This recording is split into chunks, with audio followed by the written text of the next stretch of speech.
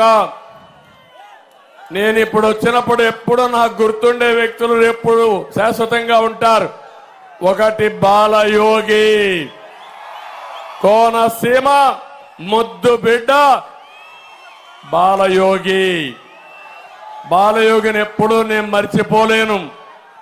ఒక సాధారణ కుటుంబంలో పుట్టాడు, ఒక దళిత కుటుంబంలో పుట్టాడు. స్పీకర్ గా పెడితే ఆ కుర్చీకి వన్నీ తీసుకొచ్చాడు, రాణించాడు. అలాంటి వ్యక్తి బాలయోగి గారు. రెండో వ్యక్తి మెట్ల సత్యనారాయణ. ఎన్టీ రామారావు గారు పార్టీ పెడితే మొట్టమొదటిసారిగా పార్టీలో చేరి పార్టీ జెండా మోసిన వ్యక్తి, చనిపోయే వరకు పార్టీ జెండా మోసిన వ్యక్తి. అలాంటి వ్యక్తిని ఒకసారి గుర్తు చేసుకుంటూ ఈరోజు మనం ఈ మీటింగ్ ప్రారంభిద్దాం. అదే మరిగా ఈరోజు నేను మిమ్మల్ని ఒకటే కోరుతున్నా, తెలుగుదేశం పార్టీ, జనసేన, బీజేపీ మేము జట్టు కట్టాం, కూటమిగా వచ్చాం. మా స్వార్థం కోసరం కాదు, ఈ రాష్ట్రాన్ని బాగు చేయడానికి. ఈ 5 సంవత్సరాల్లో మీరు ఒక్కసారి ఆలోచిస్తే రాష్ట్రానికి తీరని నష్టం జరిగింది.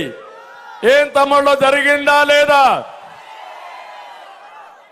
ఒక అహంకారి, ఒక విధ్వంసంతో, అవినీతితో రాష్ట్రాన్ని సర్వనాశనం చేశాడు. ఈ రాష్ట్రాన్ని 20 ఏళ్ళు వెనక్కెళ్లిపోయాం. ఇప్పుడు ఈ రాష్ట్రాన్ని కాపాడుకోలేకపోతే శాశ్వతంగా మనం కాపాడుకోలేం. మీరు ఒక్కసారి ఆలోచించండి. 2014లో ఎన్డీఏతో కలిసి తెలుగుదేశం పార్టీ పోటీ చేశాం. పవన్ కళ్యాణ్ గారు సమాజం కోసం పోటీ చేయకుండా మమ్మల్ని ఆశీర్వదించాడు, సహకరించాడు. ఈస్ట్ గోదావరి, వెస్ట్ గోదావరి జిల్లాలో స్వీప్ చేశాం. అన్ని సీట్లు మనమే గెలిచాం. ఈ రోజు నేను ఒకటే చెప్తున్నా, మీ యొక్క అభిమానం చూస్తున్నా. పిల్లలు, తమ్ముళ్ళు చూశాను, టీనేజర్స్ అయితే ఆకాశానికే ఎగురుతున్నారు. ఎప్పుడూ చూడని ఉత్సాహం మా ఆడబిడ్డల్లో.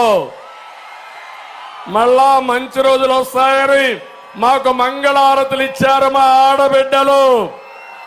మీ ఆశలు నెరవేర్చే బాధ్యత మాది. ఒకప్పుడు మేము అలయన్స్ పెట్టుకున్నప్పుడు ఏదైతే బైఫర్కేషన్ యాక్ట్ లో ఉండి అన్ని తీసుకొచ్చాం. 11 విద్యా సంస్థలు తీసుకొచ్చాం, ఎయిమ్స్ తీసుకొచ్చాం. ఇంకో పక్క మీరు ఒకసారి చూస్తే ఆ రోజు ప్రాజెక్టులన్నీ పూర్తి చేయడానికి పోలవరాన్ని కేంద్రం అనుమతితో, నిధులతో 72% పూర్తి చేశాం. అదే పోలవరం పూర్తి చేసుంటే ఈ గోదావరి జిల్లాల్లో 3 పంటలకు నీళ్లు వచ్చేటివి. అలాంటి రానియకుండా చేసే పరిస్థితికి వచ్చాడు. అమరావతి 3 ముక్కలు ఆటాడి అసలు రాజధాని లేకుండా, చిరునామా లేకుండా 10 సంవత్సరాలు మనల్ని ఆడుకున్న వ్యక్తి ఈ జగన్మోహన్ రెడ్డి అని చెప్పి కూడా నేను మీకు తెలియజేస్తున్నా. నేను ఒకటే మిమ్మల్ని అందరిని అడుగుతున్నా, ఈరోజు మీరు ఒక్క విషయం చెప్పండి. 5 సంవత్సరాలు ఈ ప్రభుత్వంలో రాష్ట్రం చాలా నష్టపోయింది. నాడు వ్యవసాయంలో బెస్ట్ గా ఉండేవాళ్ళం. ఈరోజు వ్యవసాయంలో అక్వాలో కూడా ఫస్ట్ ఉండేవాళ్ళం, పెట్టుబడుల్లో ఫస్ట్ ఉండేవాళ్ళం, ఉద్యోగ కల్పనలో బెస్ట్ గా ఉండేవాళ్ళం. ఏపీ ఆరోగ్య సూచికలో విద్యా ప్రమాణాల్లో నెంబర్ 1 గా ఉండేవాళ్ళం. రోడ్లు అద్దం లాంటి రోడ్లు ఉండేటివి. పథకాలు వినియోగంలో నెంబర్ 1 గా ఉన్నాం. సాగునీటి ప్రాజెక్టులన్నీ పూర్తి చేసి బ్రహ్మాండంగా ముందుకు పోయాం. తమ్ముళ్ళు, ఏ రైతైనా ఆనందంగా ఉన్నాడా అని మిమ్మల్ని అడుగుతున్నా. కోనసీమ డెల్టా ప్రాంతం దేశానికి అన్నం పెట్టిన ప్రాంతం ఇది. అన్నదాత. ఈ రోజు రైతులు హాలిడే, క్రాప్ హాలిడే ఇస్తూ తిండి లేకుండా అప్పుల పాలైపోయి రైతే అవస్థల్లో ఉండే పరిస్థితి వచ్చాడు. మా తమ్ముళ్ళు ఉన్నారు ఇక్కడ పిల్లలు. ఏం తమ్ముళ్ళు మీకు ఉద్యోగాలు వచ్చాయా అని మిమ్మల్ని అడుగుతున్నా. డిఎస్సి పెట్టాడా అని మిమ్మల్ని అడుగుతున్నా. జాబ్ క్యాలెండర్ ఇచ్చాడా అని మిమ్మల్ని అడుగుతున్నా. ఇస్తాడని నమ్మకం ఉందా అని మిమ్మల్ని అడుగుతున్నా. మళ్ళా మీకు జాబ్ రావాలంటే మళ్ళా మేము కూటమి రావాలి.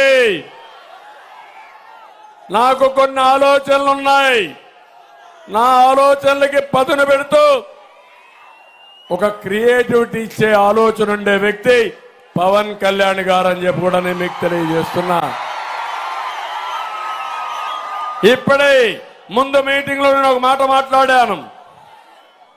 బీసీల యొక్క జనాభాని కుల గణన చెయ్యాలి, చేస్తామని నేను ఒక మాట చెప్పాను.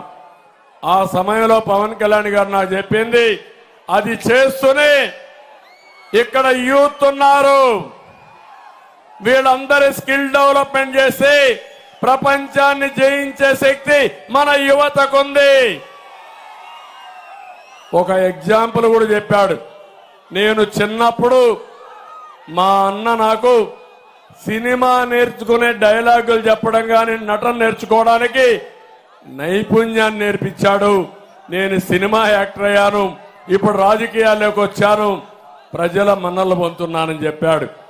ఆ సమయంలో చిరంజీవి గారు తీసుకున్న నిర్ణయం ఈరోజు కుటుంబం మొత్తం సినిమా యాక్టర్లు అయ్యారంటే అది సరైన సమయంలో మనం ఇచ్చే నైపుణ్యం మన పిల్లలకు నేర్పించే విధానం అని చెప్పి నేను మీకు తెలియజేస్తున్నా.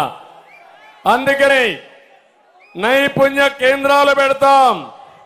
యువతకు హామీ ఇస్తున్నా, మీ అందరికీ ఉద్యోగాలు 20 లక్షల ఉద్యోగాలు ఇచ్చే బాధ్యత మాది.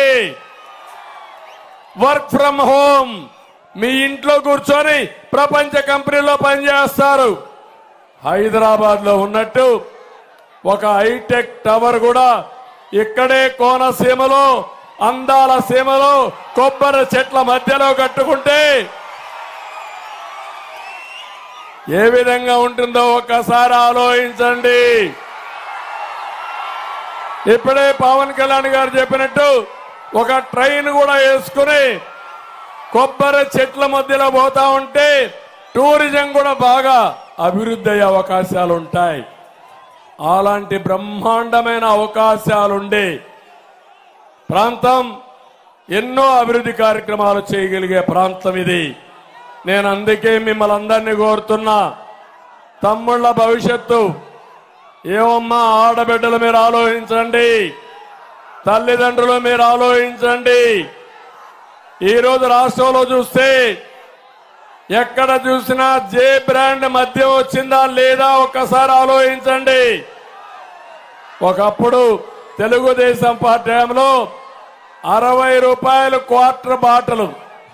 ఇక్కడ కూడా చాలా మంది మందు బాబులు ఉన్నారు.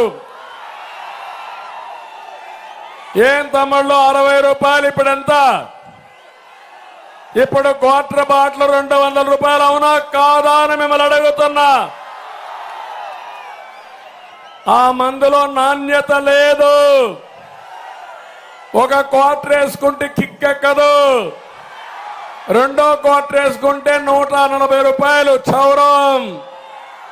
2 బాటలు తాగితే ఆరోగ్యం క్షీణించిపోతుంది, గుండెల్లో మంట వస్తుంది, కిడ్నీ సమస్యలు వస్తాయి. కానీ జగన్మోహన్ రెడ్డికి మాత్రం కనికరం లేదు. దీనికి తగినట్టు నేను అడుగుతున్నా, అమలాపురంలో గంజాయి దొరుకుతుందా లేదా తమ్ముళ్ళు అని మిమ్మల్ని అడుగుతున్నా. ఉందా లేదా అని మిమ్మల్ని అడుగుతున్నా. గంజాయి ఉందని వాళ్ళు చేలిపైకి ఎత్తండి. ఏం తమ్ముళ్ళు, తేలుగుట్టిన దొంగల మార్గమునుంటే సమస్య పరిష్కారం కాదు. రాష్ట్రం అంతా